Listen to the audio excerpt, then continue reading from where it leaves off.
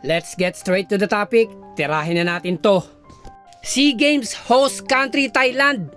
Marami pang bala. At Gilas Pilipinas SBP. Kailangan ng kumilos. Remy Martin dagdag puwersa. Sa bagong ang rules ng FIBA, Remy Martin pasok sa kriteria. Panawagan kay Coach Tim Cone, SBP at Gilas Pilipinas. Samantalahin yung ganitong pagkakataon sa impresibo't bigat ng kargada sa kamay at mga balikat nitong si Remy Martin. Pwersa'y kailangan ng Gilas. International experience sa kanyang resume. Nag-champion pa nga sa NCAA ng Amerika. Mga number at figures bilang isang point guard. Kokompleto sa ating Gilas Pilipinas. Magpapabilis sa transition ng Gilas dahil halos lahat ay bata. Basketball IQ ay mataas. Bilang isang lehitimong point guard, magiging problema sa mga kupunang babangga sa ating Gilas Pilipinas. Lalo pat itong parating na laban sa mga boomers at tall blacks.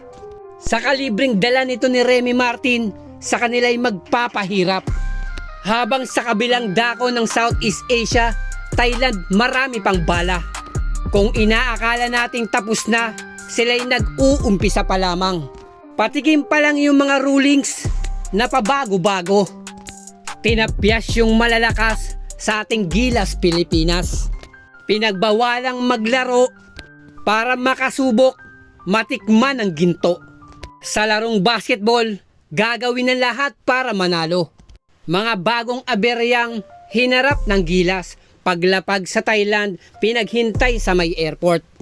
Dispalinghadong bus, san ka nakakita? Bisita mo galing ibang bansa, iyong pinahirapan.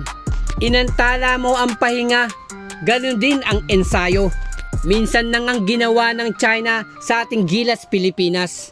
Kinopya naman ng Thailand na feeling nagmamalakas. Ngunit hindi pa dyan nagtatapos itong maitim na balak ng Thailand. Pagbura sa ating Gilas Pilipinas na ang gusto'y sa medalya'y mabokya. Posibleng lutuan, masusunog ang ating Gilas Pilipinas.